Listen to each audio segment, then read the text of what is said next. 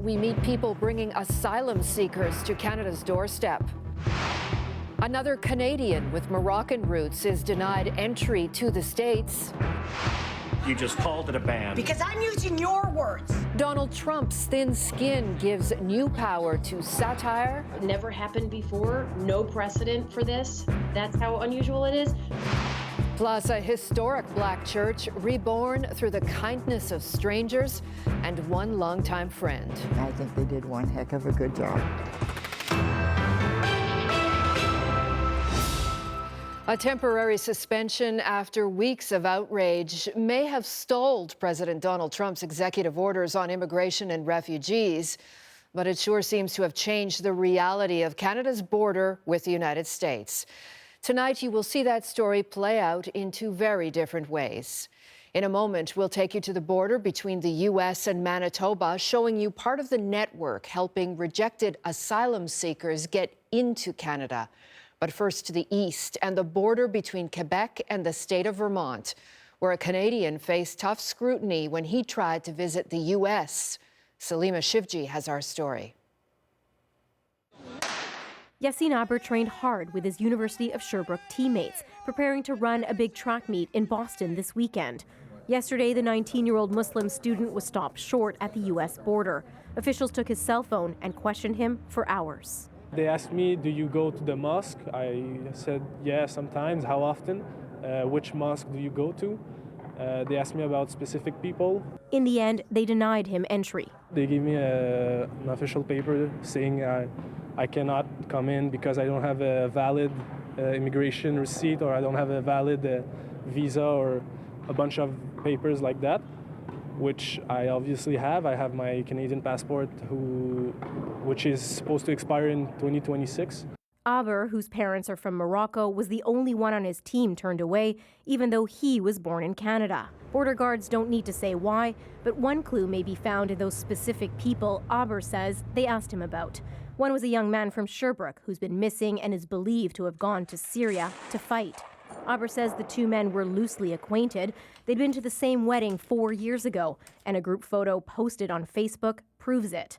Border officials may have seen it on the phone they took from him. It may be guilt by association. There's no way to know. But American immigration experts say border officials have plenty of latitude, and these days they're using it. They are really left to their discretion to figure out how best to apply this. And I think given the current political climate, they are indeed feeling emboldened and are operating on their own instincts as to what are the best questions to ask. As for Aber, he's more worried about what this means for him in the future. He says he's crossed the U.S. border many times before, but his name will now likely be flagged for any American border official to see. And that will mean more questions and more scrutiny at a border that may be changing. Salima Shivji, CBC News, Montreal. To Minnesota now, where some members of an immigrant community are trying to help their own get to Canada. As Karen Pauls found out, to do that means putting lives at risk and sometimes breaking the law. When some in Minneapolis' Somali community faced a crisis this week, they turned to Omar Jamal. He got phone calls from distraught family members asking him to help find a car full of asylum seekers that had gone missing. A ride that took them 7 hours north to the Canadian border. They plan to walk across on foot and file refugee claims. We're trying to figure out what happened and where are they? Are they still alive? You know, what happened to them? This area is called Little Mogadishu, or Small Somalia. It's where many rejected asylum seekers go while they're waiting to be deported. Some want a place to stay, others want to ride north to the border. People here say it's not an organized network nor human smuggling, just individuals helping each other. If you've got family members, if you've got close friends, they will support you because they don't want to see you fail. They don't want to see you left out. They don't want to see you, begging for help. They want to see you standing on your own. I was helped as a friend.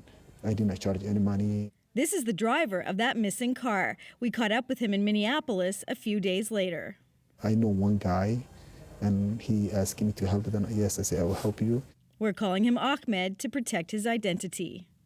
We drive in North Dakota, it's getting bad, and they say, just drop me to the border. Just drop me to the border. And I'm like, come on, if I drop you to the border, you're gonna die. And say, no, we know what we're doing. Ahmed dropped them off at a nearby gas station and told them to wait. He drove north to get the lay of the land, but says he was detained at the crossing for more than 12 hours by the Canadian Border Services Agency. They say the reason that you are in trouble is because we worry about those people. And I'm telling you right now, if we did not find them in the next 5 hours, they're gonna die. Ahmed finally admitted he'd left some asylum seekers nearby.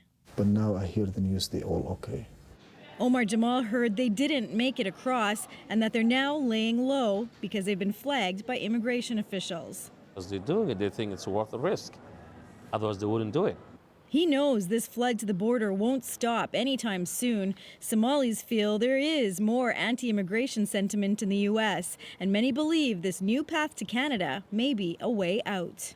I hope Canadian government will take some urgent steps to address these people's plight and concern and very serious issue.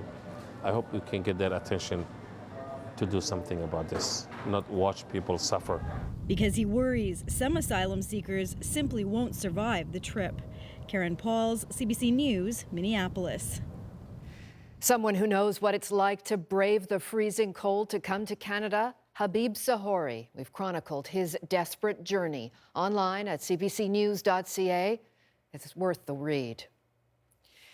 Even though a federal appeals court has refused to reinstate Trump's travel ban on people from 7 Muslim-majority countries aboard the presidential plane Air Force One, Donald Trump said late today his administration will keep fighting that legal battle.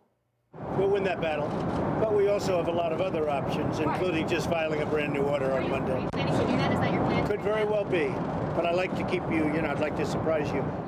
Trump also wouldn't say what changes could be made if he does issue a revised executive order on immigration. If you're having a hard time keeping up with all the political developments in the U.S. since the new administration took power, you're not alone. The CBC's Keith Bogue takes us through a tough week for Trump. The biggest, most public defeat for Donald Trump this weekend was arguably the court decision that prevented him restoring his travel ban from 7 Middle Eastern countries. But that was far from the only bad moment. The thinking was to get it out quick. On Tuesday, Trump's new Homeland Security Secretary General John Kelly admitted to Congress that the whole mess with the executive order was the administration's fault. They'd moved before they were ready, and Kelly took the blame. In retrospect, I should have, this is all on me, by the way, I should have delayed it just a bit so that I could talk to members of Congress, particularly the leadership of committees like this, to prepare them for what was coming. That same day, Trump's Vice President Mike Pence became the first vice president ever to have to cast a deciding vote in the Senate confirmation of a cabinet secretary. Education Secretary Betsy DeVos had been so unimpressive to 2 Republican senators that they refused to vote for her. Wednesday, Trump's nominee for Supreme Court Justice, making the rounds on Capitol Hill to get confirmation support from senators, told several of them that he found the president's Twitter comments about the court system disheartening and demoralizing. He encouraged them to quote him, and they did. Thursday began with the president's White House advisor Kellyanne Conway carelessly and unethically using a television appearance to hype the clothing line of the president's daughter, Ivanka. Go buy Ivanka's stuff. Then news reports about National Security Advisor Mike Flynn popped up with evidence he'd had talks with Russia about U.S. sanctions against them before the Trump administration had even taken office, raising further questions about Trump's relations with Russia. While that was happening, Trump was on the phone to the president of China, confirming his respect for the long-held One China policy and effectively apologizing for having had a conversation with the Taiwanese president a few weeks earlier. That night, in the heartland, some Republican congressmen faced angry voters demanding to know when enough would be enough. Why aren't you checking out your own president right now? Trump has been in office 3 weeks and not one of them has been smooth. In his old job, he'd be firing people by now. Keith Bogue, CBC News, Washington. The man who decapitated a fellow passenger on a Greyhound bus in 2008 has been granted an absolute discharge, making him completely free. The Manitoba Criminal Code Review Board ruled that Will Baker does not pose a significant threat to the public. Baker was known as Vince Lee when he killed Tim McLean. Baker was found not criminally responsible, but spent years under psychiatric supervision. McLean's mother, who fiercely opposed the ruling, was too upset to speak publicly today. Now to a crisis that's ripping through many Canadian communities, the lethal impact of opioids. Much of the focus has been on illegal drugs bought and sold on the street. But with a number of deaths rising, some are now looking at the healthcare system, specifically how drugs like fentanyl are prescribed legally. Briar Stewart has more on the growing calls for better oversight. Just over 2 years ago, Leslie McBain lost her son to a drug addiction, one that began when Jordan Miller was prescribed opioids for a back injury. When he was tapered off his initial dose, he went to other doctors on Vancouver Island to get more prescriptions.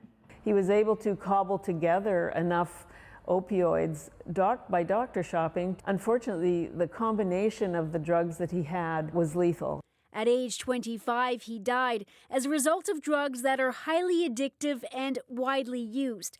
Last year, more than 30 million prescriptions for opioids were written in this country. Many individuals in Canada that are prescribed quite high doses of opioids. Jason Bussa is steering the development on new national guidelines on opioids. He believes they should be prescribed in much lower doses, and that's not the only change he'd like to see. We do need a better way to track information around prescribing if we're going to try to ensure that patients are getting optimal care and not getting themselves into problems.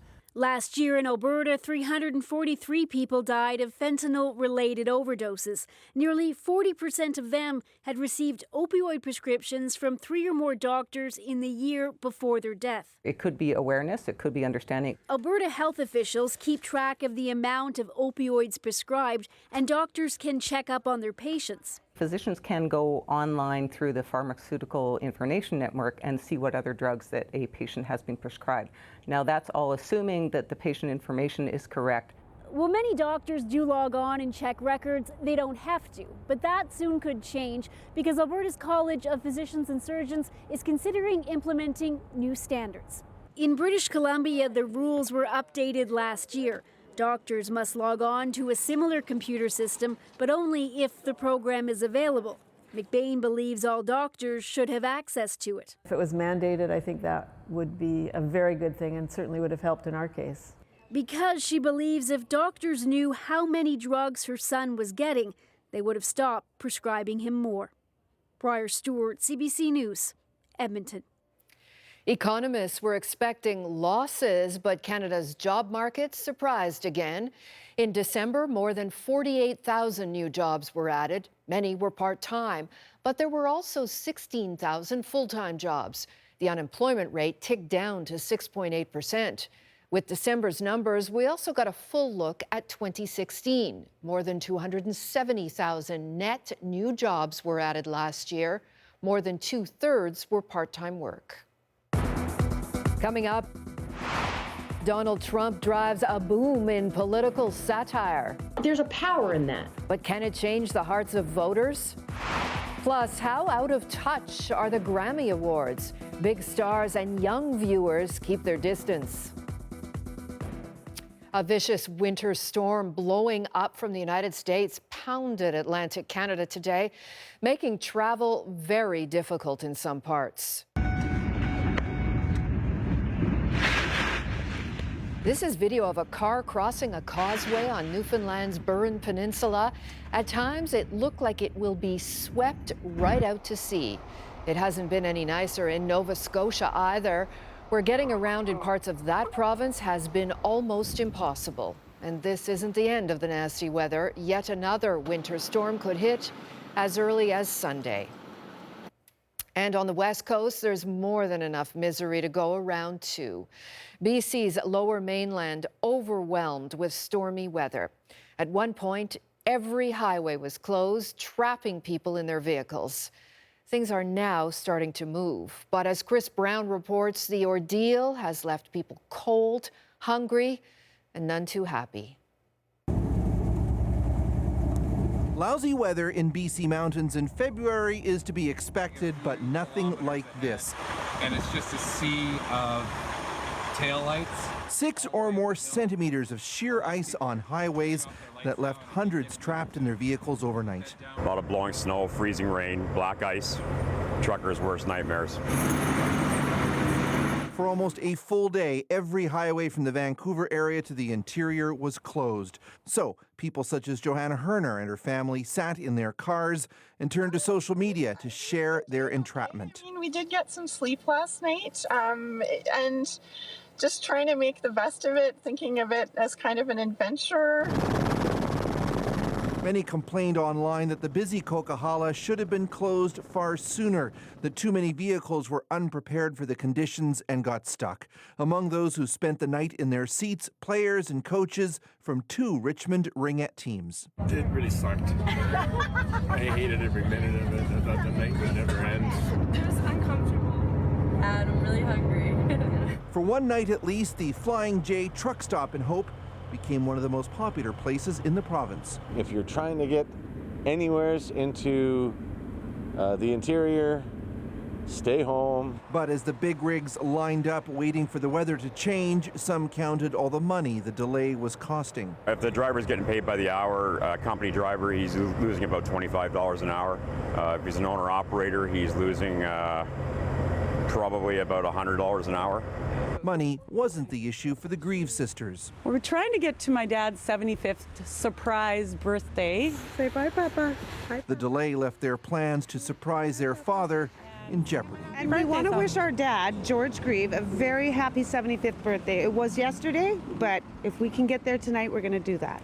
It's all before the tunnel. By mid-afternoon, conditions had improved enough to reopen the Coquihalla Highway. Good driving. We wouldn't have made it without you. And the Ringette team made it to Kelowna for their tournament. A 6-hour drive turned into a 20-hour odyssey. Chris Brown, CBC News, Vancouver. And poor weather was a factor in a fatal plane crash in Manitoba last night. 2 brothers died when a single-engine Cessna went down in a field southwest of Winnipeg. It took emergency crews several hours to find the wreckage due to high winds and blowing snow. Weather conditions in the plane's flight path had already deteriorated badly by the time it was declared overdue. The Transportation Safety Board is investigating. 2 years ago, we took you to a place that didn't look like it could survive another winter. A church built by Black Canadian settlers, some of whom were soldiers in the War of 1812. And as it does, time took its toll on that piece of history until some dedicated people stepped in. James Murray has our story. When we first showed you the tiny Oro African church, there wasn't much left of it to show. Covered in plastic and plywood, one heavy snowstorm could have knocked this one-room church to the ground. But that didn't happen. Instead, salvation and a resurrection of sorts. The church has been rebuilt, first by lifting it gently off the ground so a concrete foundation could be put in. Then it was restored, using as much of the original building as possible. It cost $200,000, money that poured into a crowdfunding campaign after the National reported on the church. The CBC took an interest in this during Black History, and when that became available on television, the crowdfunding that started raised a substantial amount of money, not only across Canada, right from BC to Newfoundland, but in the United States and even from Europe. Including this man who saw the story and donated $25,000. Back in 1975, I used to drive up and down this road every day. And there was a whole bunch of black people out here. So I started talking to this young kid, and he introduced me to his dad, and his dad introduced me to his grandfather. They welcomed him in, made him feel at home. Some 40 years later, he remembered the kindness. We agreed to make a donation with a challenge to everybody to put some money up like we did. And that was it. It wasn't anything special. It was very special to Janie Cooper Wilson, whose ancestors, descendants of black soldiers from the War of 1812, built this church the first time.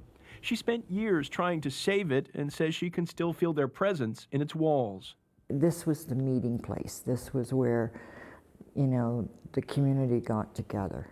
Even in these digital times, she says, a place to meet in person still has value. It's always important, the physical connection, the meeting of the minds. When you reach out in friendship, the blessings in return are threefold. For so long, the goal was just to save the church, to literally keep it from collapsing. Now that it's been preserved, the township can take this piece of the past and start making some plans for the future. There are plans to hold weddings here, maybe rebuild a congregation to turn it into a historic tourist site. I think they did one heck of a good job, and I think the ancestors would be very pleased. I always said all along, it was a matter of faith. James Murray, CBC News, Oro Medonte, Ontario. Kenya has declared a national disaster because of drought, and its president, Uhuru Kenyatta, is asking the international community for help. The drought poses a serious risk to people, livestock, and wildlife in East Africa. Humanitarian groups say 11 million people in Kenya, Somalia, and Ethiopia are in desperate need of clean water and food aid. In New Zealand, about 300 pilot whales have washed ashore and died. They were spotted last night stranded in the shallow waters of a remote bay, but a rescue in the dark would have put volunteers at risk of injury. Today, hundreds of people rushed over to try and save more than 100 that were still alive. The chaos around Donald Trump's travel ban is nowhere close to settling. Straight ahead, an immigration lawyer helps us understand the fallout.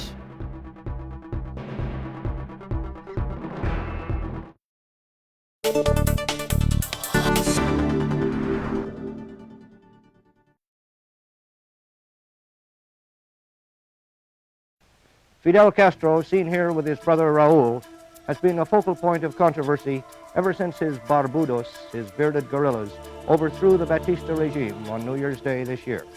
His executions of former enemies, his gentle handling of communists, his land reform program involving expropriation of large United States interests, all these things have kept him in the headlines.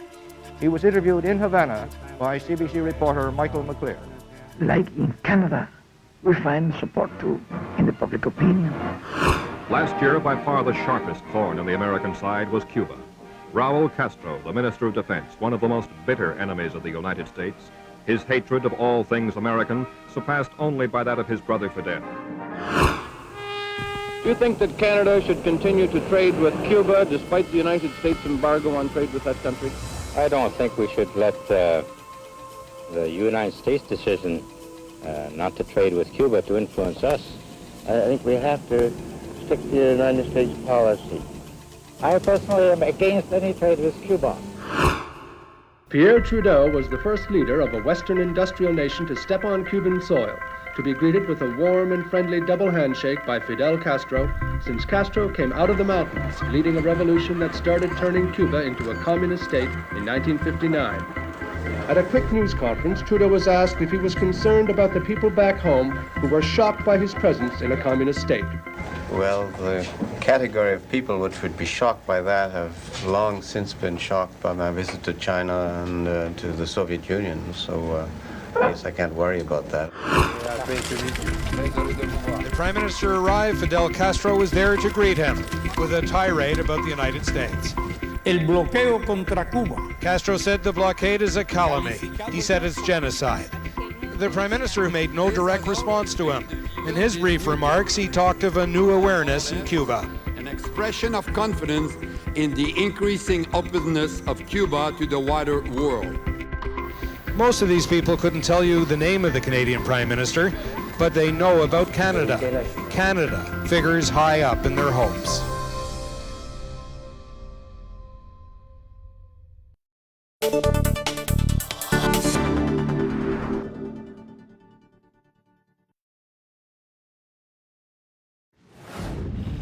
Protection of the nation from foreign terrorist entry into the United States.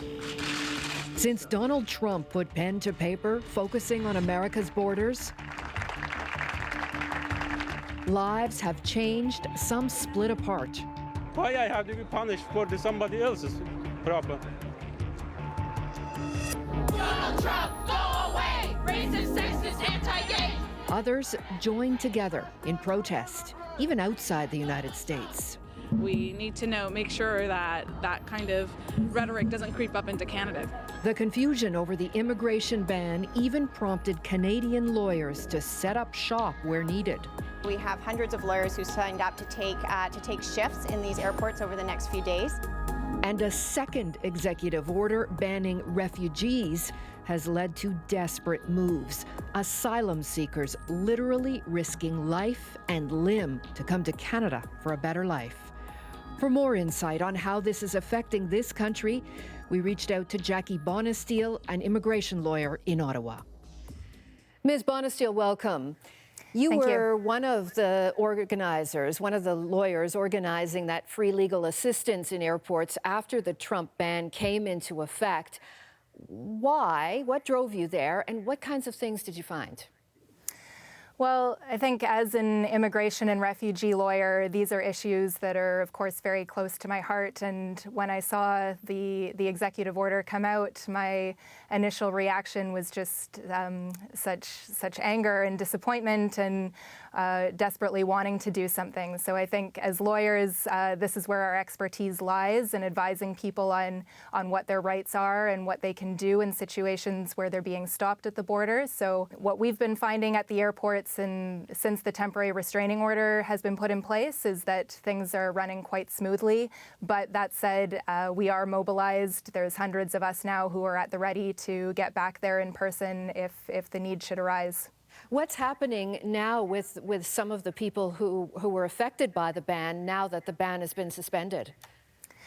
Now that the ban has been suspended, I think we're basically in a state of some confusion still. So for the time being, people are being allowed into the country who were formerly affected by the ban.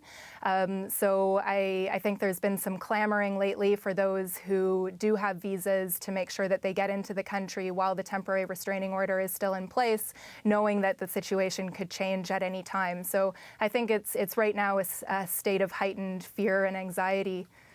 Let's talk quickly about the situation in Manitoba, where we're seeing people crossing the border there to try to claim asylum here in Canada. Can you explain for us the legalities of that?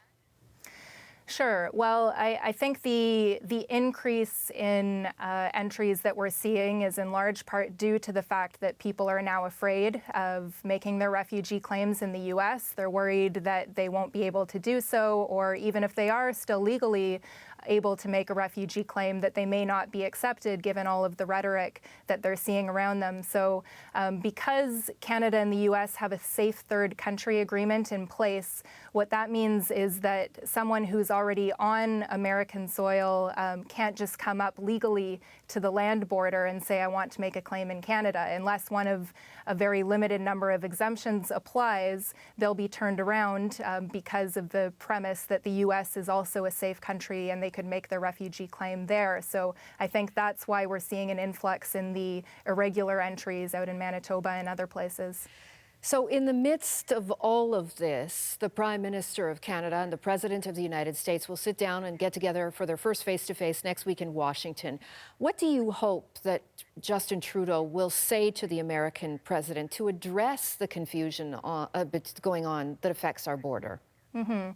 Well, I can appreciate that there's a lot of politics involved here, and the Prime Minister is maybe needs to be a little bit guarded in what he said. And I can also appreciate that there is likely little that he is going to say to President Trump to change President Trump's mind on these issues.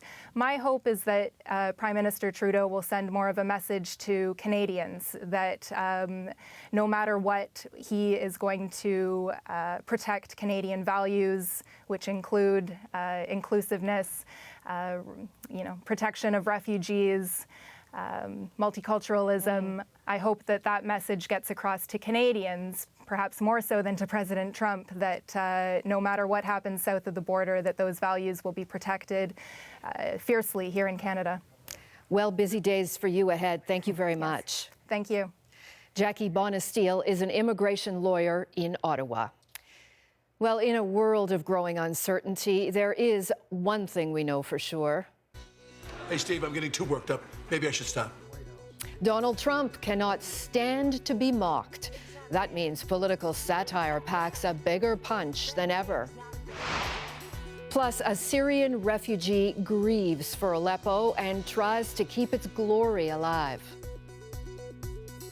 Time for the day's business numbers. The TSX gained 111 points to hit a record high. The loonie saw a slight increase.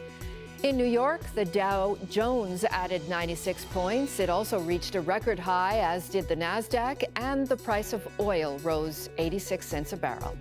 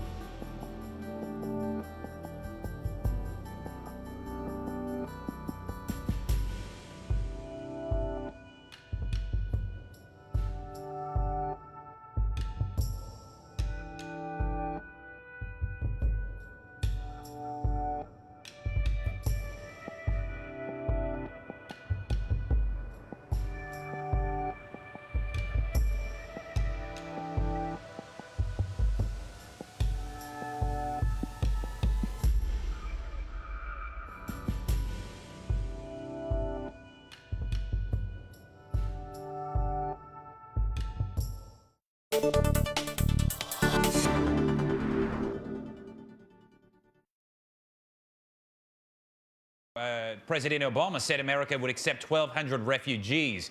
Your country's compassion will not be forgotten. No, no, no. No refugees. America first. Australia sucks. Your reef is failing. Prepare to go to war. Wait. No.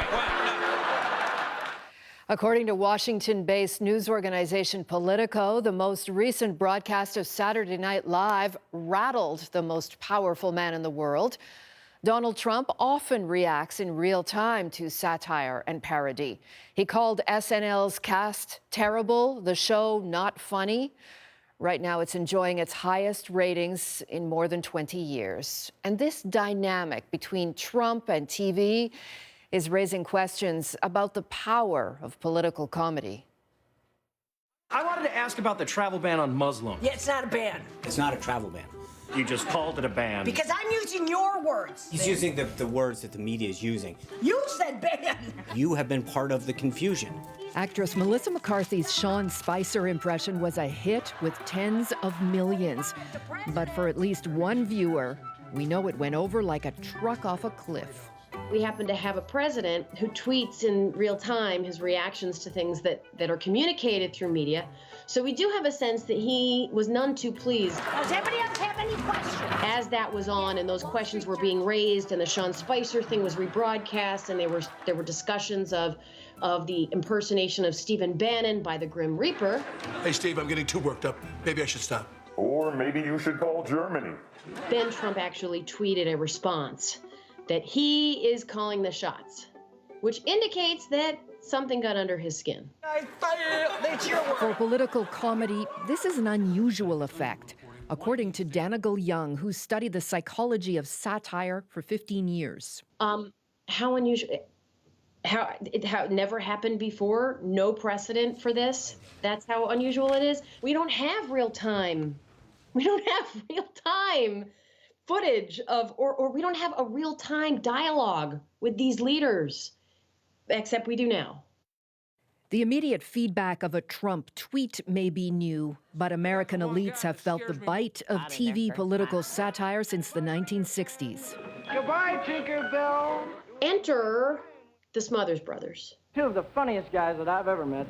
The Smothers Brothers. Tom and Dick Smothers, they had this kind of folk-inspired banter back and forth, and they actually got assigned the coveted spot on CBS. They assumed that they weren't going to do well there, but they showed up and they did great. And what was happening was they were actually tapping into young viewers who were starting to enter the phase of the counterculture through the era of the Vietnam War. Their content starts to get edgier, right? They end up with Rob Reiner as a writer and Steve Martin as a writer. And they're getting edgier and edgier. Executives were not comfortable with that. Do you think entertainers should exert political influence? If they want to, if they can, and if they're moved enough. It became a serious issue after Nixon was elected. Because Nixon actually had allies that were executives at CBS, and he could just make calls and say, I don't like what these boys are doing, I don't like their criticism of the Vietnam War. The war in Vietnam keeps on a-raging. The network tightened a noose of censorship on their show, triggering a public showdown. I feel if television in the United States isn't opened up, it'd be the easiest way for the country to become totalitarian by the control of the media. Now, you're putting everything on the line in this fight, even to the point that you might have to withdraw as a television personality yourself, an on-air personality? Well, on CBS, it looks like I'll have to withdraw. CBS canceled the Smothers Brothers. In the coming decades, TV was liberated not by political comedy, but by profit.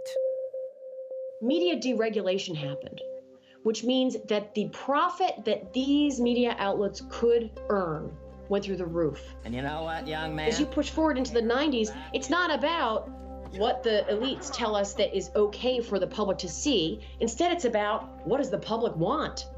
And if the public wants it, they're going to watch it, and then it'll make a ton of money. Are you judging us? So that is why you end up seeing more and more scandalous content. Where is Jason? Oh, yeah, he'll be right back. He's just buying some crack. It's led to a golden age of political comedy on TV, and politicians have played along, thick-skinned until now. How simple My question now is, what's going to happen with Trump? Which model are we? Because Saturday Night Live right now is getting mega major views. major ratings. Are we in the model in which viewers' desires and preferences drive success?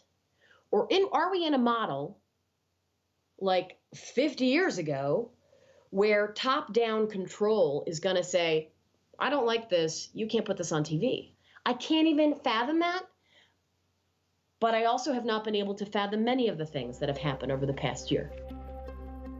Satire now has competition from deliberate misinformation posing as real news. Sean Spicer, our press secretary, gave alternative facts.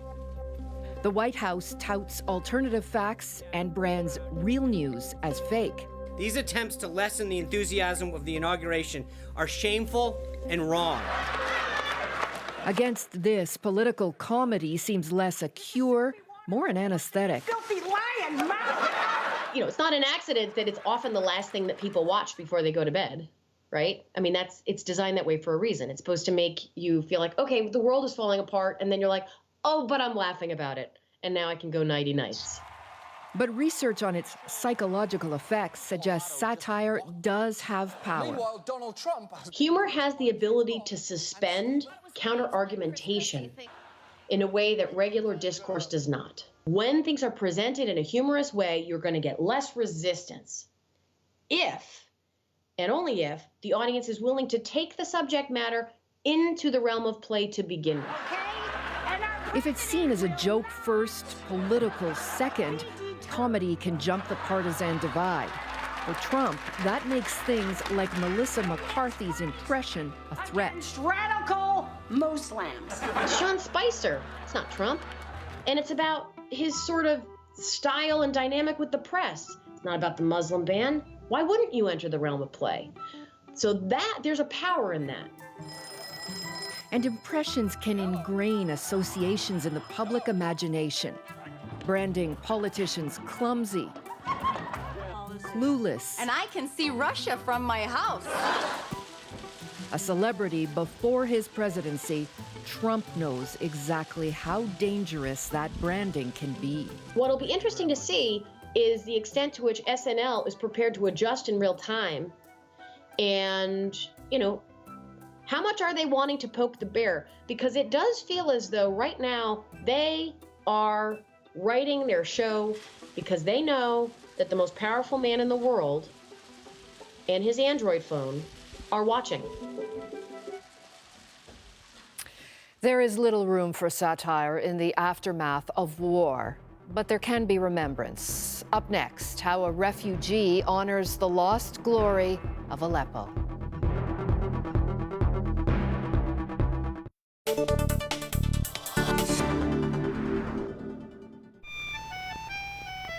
I think a lot of the fellas make the mistake of looking for a girl that's absolutely perfect. Of course, I mean, you like to try and make her as almost perfect as you can, but I think you should learn to get along with the bad qualities and the good qualities. What's your opinion on this business of going steady?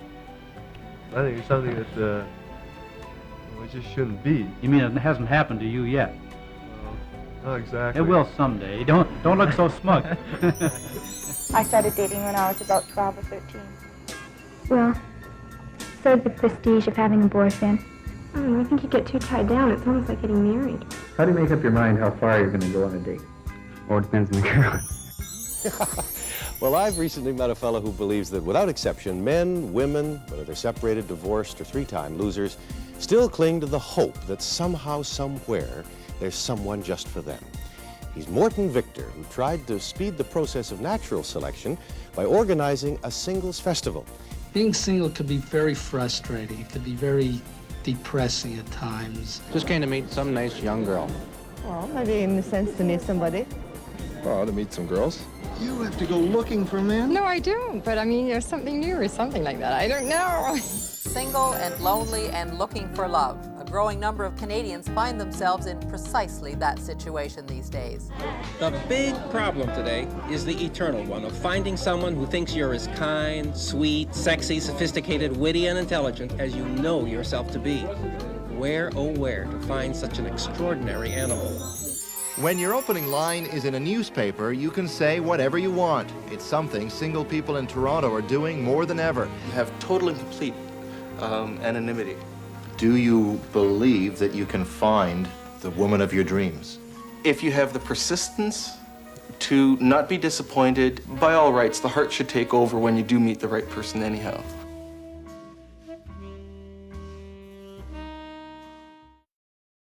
Zippity-doo-dah, zippity-day. My, oh my, what a wonderful day. Hey!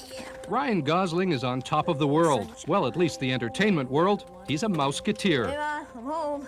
It was really neat because he kind of laid low and he did, he said, we picked out of a lot of talented kids and everything, Ryan, and, I wanted you to know that you're a mouseketeer. And I went, no way. And my mom she hit the roof. My biggest feeling was just that I was so happy for Ryan. I was happy that he got a yes answer. Ryan had already caught a lot of eyes with his feet. He'd won an Ottawa talent show, Homegrown Cafe, and several dance competitions in the United States as well. But it was his clean-cut looks and his singing which won him an audition with Disney officials last month in Florida. She that travel around this orange put you down. So people, let me put you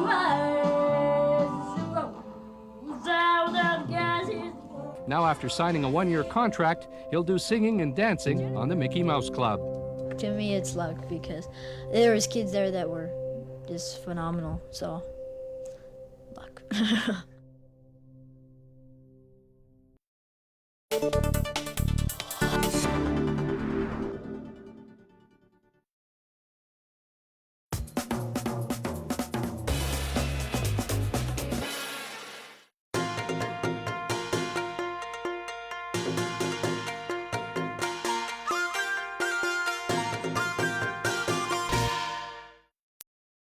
Our situation is very similar to Berlin in 1946. So you have a destroyed city, mainly destroyed, but we have a strong will to survive. Like other cities caught up in conflict, Aleppo has seen the slaughter of countless innocents and now lies strewn with the rubble of war. But the Syrian regime is bent on restoring the city's importance, and there are now signs of rebirth. They are small comfort for a Syrian refugee living in Canada. He remembers Aleppo as an ancient yet vibrant metropolis, and he wants the world to know how grand it was.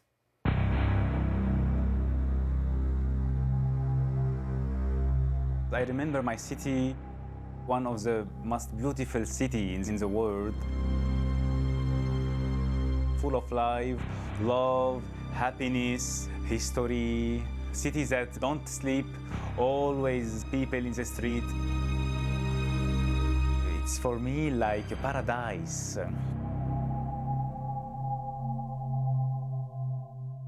My name is Jad Musalli. I'm from Aleppo, Syria.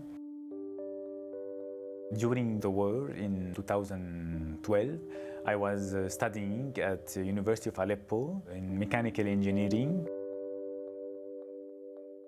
I graduated in June 2014. I came to Canada as a refugee in 1st of January 2016. I'm the son of Aleppo.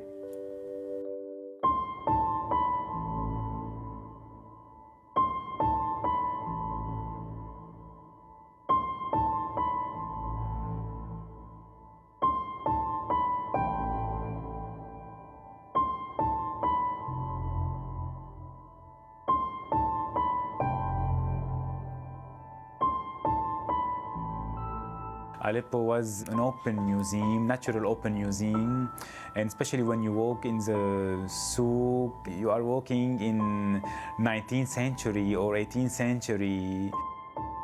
We call them the Big Bazaar of Aleppo. All they were burned now, returned into dust, no life.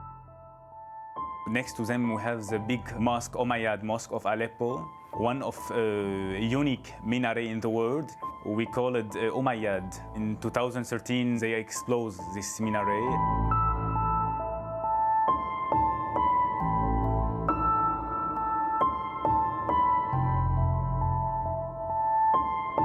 It's make me so sad and feel angry.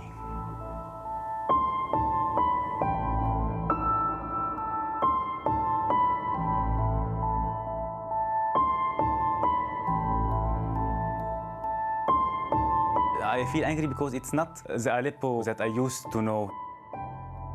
It's not my city of my childhood. It's not the historical Aleppo, mine Aleppo, my gorgeous Aleppo.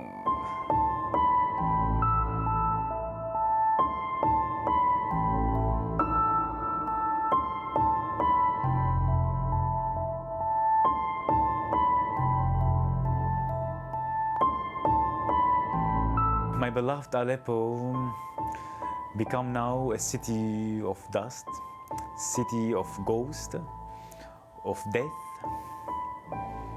and city of ruin.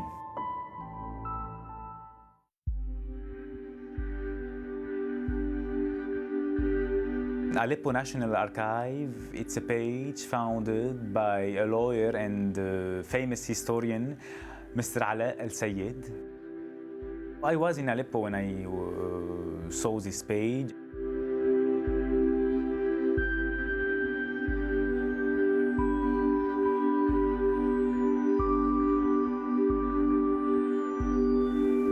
For the new generation to know what their city was. And don't forget their heritage, their civilization, their culture, the culture of their grandfather. This is how it was Aleppo. I do this stuff and this work in Aleppo National Archive because it's in my heart, and I love Aleppo, my city, and I want to give the best idea, the best image of it for the people, all the people around the world.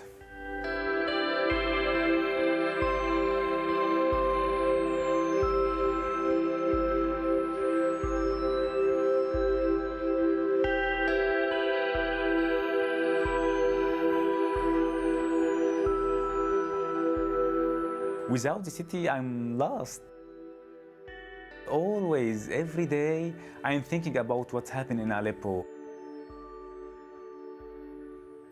We should mention that much of western Aleppo is in good condition, a stark contrast to the former rebel districts.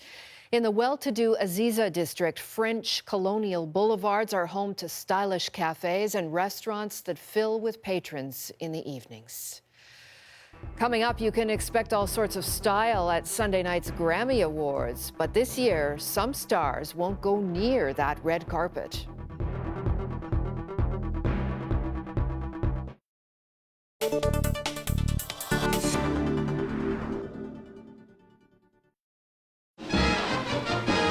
Record spinning across the land. Record spinning across the land. The grooves on a long playing record are 1/1000th of an inch wide. From cutting to wrapping, the disc is processed by a dozen or more men whose sole preoccupation is to ensure that the original sound will be preserved in all its clarity and brilliance on the mass-produced article. From the moment the first Sony Walkman made its appearance in this country, Canadians have taken to the little toys like beavers to trees. Yes, I'm on my way. Music to go. Whatever your taste, you can now take it with you. No one need ever know that you're marching to the beat of a different drummer.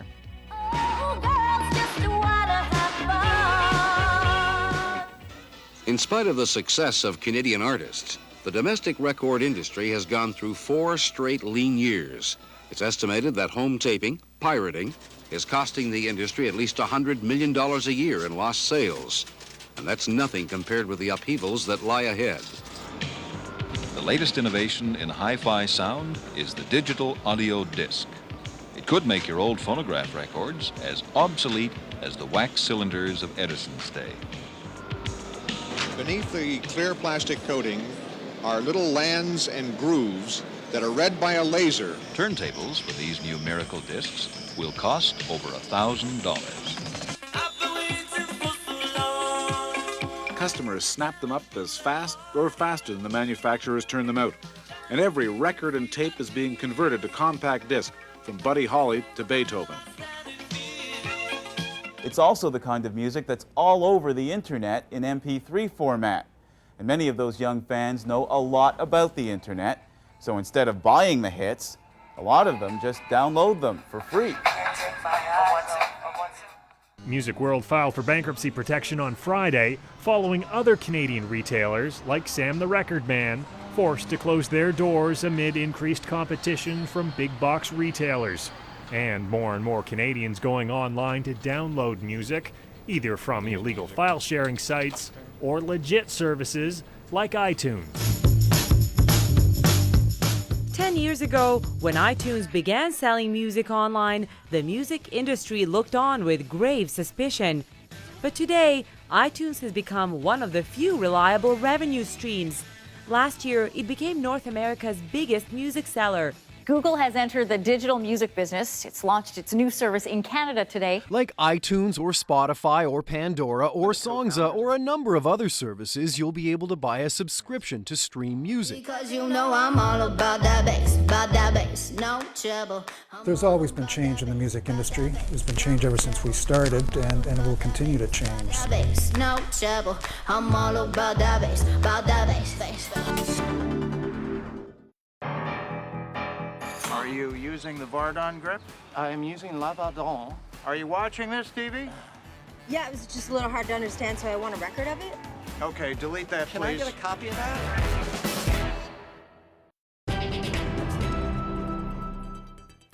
The Grammy Awards are just 2 nights away, and some of music's biggest stars just don't seem to care. The high-level snubs are one indication that after more than half a century, the Grammys lost a lot of their shine. Deanna Sumanek-Johnson tells us why and what's being done about it. You used to call me on my cell phone. If the Grammys want to call up Drake this year, they'll have to dial long distance. He's up for 8 awards, but he's scheduled to perform in England this Sunday. You should go and love yourself. Justin Bieber and Kanye West are both rumored not to be attending. Critically hailed rappers Frank Ocean and Macklemore didn't even bother submitting their albums for consideration. You can't catch me.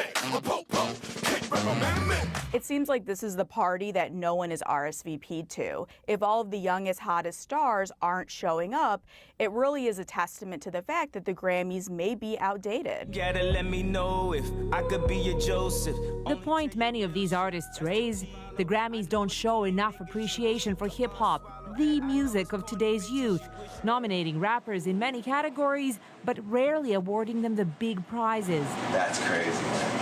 A slide in viewership can't be helping lure the stars to the Grammys either. Last year, the Grammys suffered their lowest ratings in 7 years. Still, many music insiders say winning a Grammy or being nominated has some cachet. It's great for marketing, and it's a great bragging rights, too, to win a Grammy. And to be able to say that they were recognized by their accomplishments, by their peers. And it looks like the Grammys get the message, catch up with the times. All the excitement of the 59th Grammy Awards, available on your desktop and mobile devices. The Grammys are taking incremental baby steps in the right direction. Chance the Rapper is a great testament to that. This is someone who really came up through the internet. Chance the Rapper is now the first Grammy nominee whose album was released on streaming platforms only. Pop, pop, it's showtime! Showtime! This year's host, comedian James Corden, is best known for carpool karaoke videos that go viral on the internet, suggesting the Grammys are aware of their essential problem, that young people who consume music most watch TV the least. Deanna Sumanek-Johnson, CBC News, Toronto. And before we go tonight, remembering a patron of professional sports in Motor City. Mike Ilitch has died. The American billionaire owned both the Detroit Red Wings and the Tigers. While he got to touch the Stanley Cup 4 times, the Tigers never won the World Series under Ilitch's ownership. Outside of sports, many Americans know him as the founder of pizza chain Little Caesars. Ilitch was 87. And that is The National for this Friday night. For news at any hour, you can always go to cbcnews.ca. I'm Susan Bonner. Thanks for watching.